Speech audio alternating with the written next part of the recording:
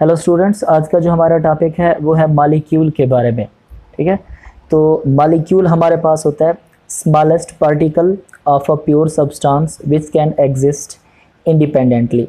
कोई भी सब्सटेंस है, कोई भी मैटर है, उसका जो छोटे से छोटा पार्टिकल जो आज़ादाना अपना वजूद बरकरार रख सके, जो इंडिपेंडेंटली रह सकता हो, उसे हम कहते हैं ये हमारे पास होता है मॉलिक्यूल।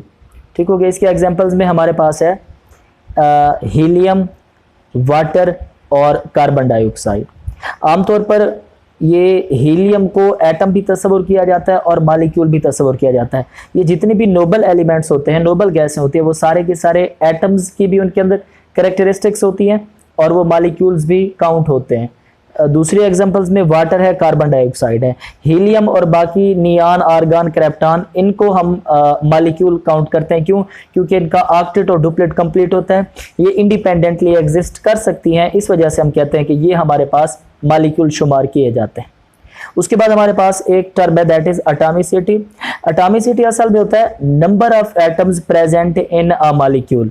हमारे पास कोई भी मॉलिक्यूल है तो उसमें जितने भी एटम होंगे, एटमों की जो टोटल तादाद होगी वो उसकी क्या कहलाएगी?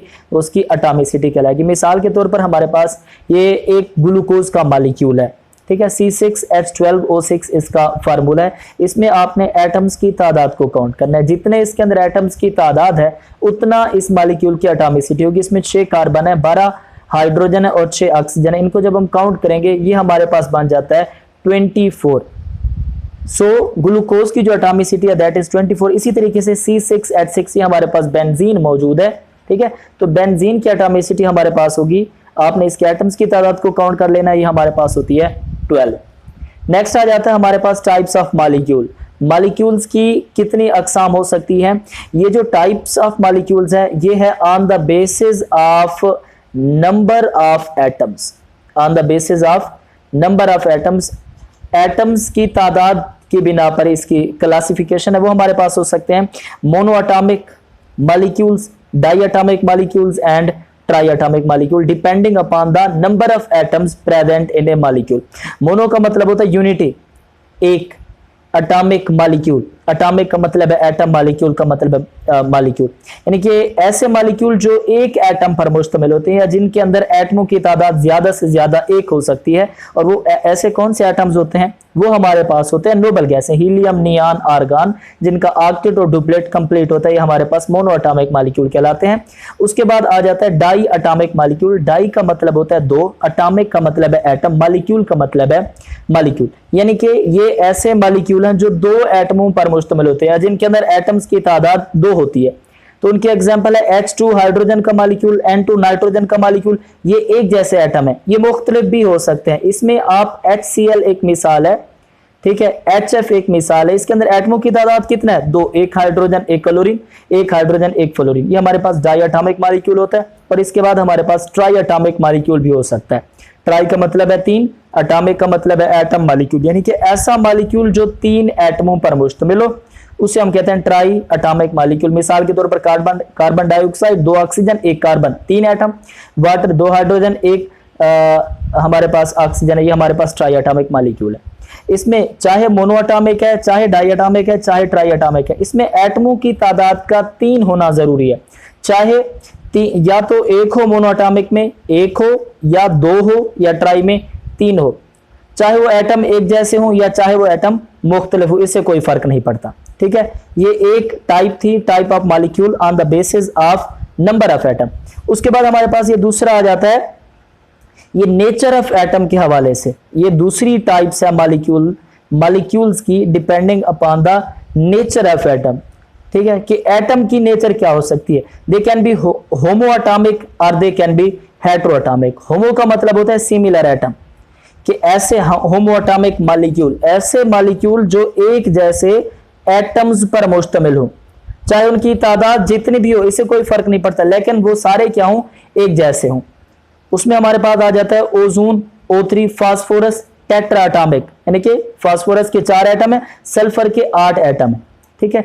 ये हमारे पास होमोएटॉमिक मॉलिक्यूल है। ये हैं तो मॉलिक्यूल, ये ग्रुप ऑफ एटम से मिलकर बने हुए हैं, जिसमें ऑक्सीजन के 3 एटम है, ये ओजोन बनता है, फास्फोरस के 4 एटम है, सल्फर के 8 एटम है। चाहे इनकी तादाद जितनी हो लेकिन इनकी नेचर सेम होनी चाहिए। वो क्या है कि सारे के सारे एटम एक जैसे सिमिलर होने चाहिए।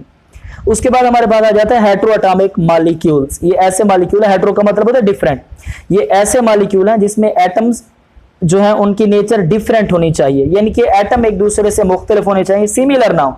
चाहे उनकी तादाद 2 हो, 3 हो, 4 हो, 5 हो, इससे कोई फर्क नहीं पड़ता, लेकिन उनकी जो नेचर है वो एक दूसरे से डिफरेंट होनी चाहिए। उसमें हमारे पास आ जाता है एक HCl है, इसमें हाइड्रोजन क्लोरीन एक दूसरे से मुख्तलिफ है, NH3 है और H2SO4 है। ये सारे के सारे एक दूसरे से मुख्तलिफ हैं। ये हमारे पास हेट्रो एटॉमिक मॉलिक्यूल की एग्जांपल्स हैं। ठीक, उसके बाद वो कहते हैं कि कुछ मॉलिक्यूल्स इतने बड़े होते हैं या जब एटम्स आपस में मिलते हैं तो मॉलिक्यूल बनाते हैं, और वो मॉलिक्यूल कुछ छोटे मॉलिक्यूल होते हैं, कुछ हमारे पास माइक्रो मॉलिक्यूल होते हैं, और कुछ होते हैं जिन्हें हम कहते हैं मैक्रो मॉलिक्यूल। मैक्रो का मतलब होता है बड़ा। Some molecules are so big that they are called macro molecule. ठीक है, उन मैक्रो मॉलिक्यूल में हमारे पास DNA है, प्रोटीन है, लिपिड है, कुछ बायोलॉजिकल मॉलिक्यूल है। एक जो मैक्रो मॉलिक्यूल यहां पर गिवन है that is haemoglobin. Haemoglobin is a oxygen carrying protein found in blood. ठीक है, ये हमारे जिस्म में ब्लड में रेड ब्लड सेल्स में पाए जाते हैं। Haemoglobin oxygen carrying iron containing protein है। ठीक है, बायोलॉजिकल मॉलिक्यूल है, ये बड़ा मॉलिक्यूल है, इसके अंदर बहुत सारे एटम्स मौजूद होते हैं। It is made up of nearly 10,000 atoms, यानी कि तकरीबन 10,000 एटम्स यहां पर मौजूद है। ठीक हो गया, तो ये हमारे पास एक मैक्रो मॉलिक्यूल है जिसके अंदर नंबर ऑफ एटम बहुत ज्यादा, इस वजह से हम इसे क्या कहते हैं, मैक्रो मॉलिक्यूल कहते हैं। और ये 68,000 टाइम्स हैवियर होता है हाइड्रोजन के मुकाबले में। एक हाइड्रोजन एटम के मुकाबले में it is 68,000 times heavier than hydrogen. ठीक है, इसके अलावा एक और चीज है जो आपने अपने जहन में रखनी है, उसमें वो हमारे पास है कि जो हेमोग्लोबिन होता है इसकी जो एवरेज कंसंट्रेशन होती है वो मैन में होती है 13.5 ग्राम टू 17.5 ग्राम पर डेसीलीटर, या अगर आपने ये इसे लीटर में लिखना है तो आप कह सकते हैं कि 135 ग्राम फी लीटर। 135 ग्राम से 175 ग्राम पर लीटर ये नॉर्मल रेंज है मेन में। जबकि वुमेन में हमारे पास क्या होता है, वुमेन में हमारे पास होता है ये 12.0 ग्राम से 15.5 ग्राम पर डेसीलीटर, या आप कह सकते हैं 120 से 155 ग्राम पर लीटर तक ये नॉर्मल रेंज होती है हेमोग्लोबिन की एक नॉर्मल फीमेल के अंदर। ठीक है, आखिर में थोड़ा सा जो हमारे पास है वो फर्क गिवन है between the molecules and the compound. यहां पर जो मॉलिक्यूल होता है उसमें हमारे पास 2 और मोर एटम्स होते हैं,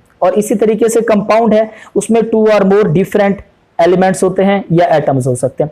इनमें अब मेन क्या फर्क है, जो मॉलिक्यूल है उसके अंदर दो या दो से ज्यादा एटम्स हो, चाहे वो सिमिलर हो चाहे वो डिफरेंट हो, इससे कोई फर्क नहीं पड़ता। मिसाल के तौर पर O2 हमारे पास है, H2O है और CaCl2 है, ये हमारे पास है, ये मॉलिक्यूल के एग्जांपल है। जबकि जो कंपाउंड्स होते हैं उसके अंदर 2 या 2 से ज्यादा एलिमेंट्स या एटम्स तो हों लेकिन उनका डिफरेंट होना जरूरी है। मिसाल के तौर पर कैल्शियम क्लोराइड, वाटर, HCl, ये हमारे पास कंपाउंड्स हैं। ठीक हो गया, और जो मॉलिक्यूल्स हैं सारे के सारे मॉलिक्यूल्स कंपाउंड्स नहीं होते हैं। ठीक है, मिसाल के तौर पर O2 हमारे पास मॉलिक्यूल तो है, ये हमारे पास कंपाउंड नहीं है। ठीक है, इसी तरीके से O3 हमारे पास मॉलिक्यूल तो है लेकिन ये कंपाउंड नहीं है। H2O ये मॉलिक्यूल भी है, कंपाउंड भी है। CaCl2 ये मॉलिक्यूल भी है और कंपाउंड भी है। That was all about the topic molecule.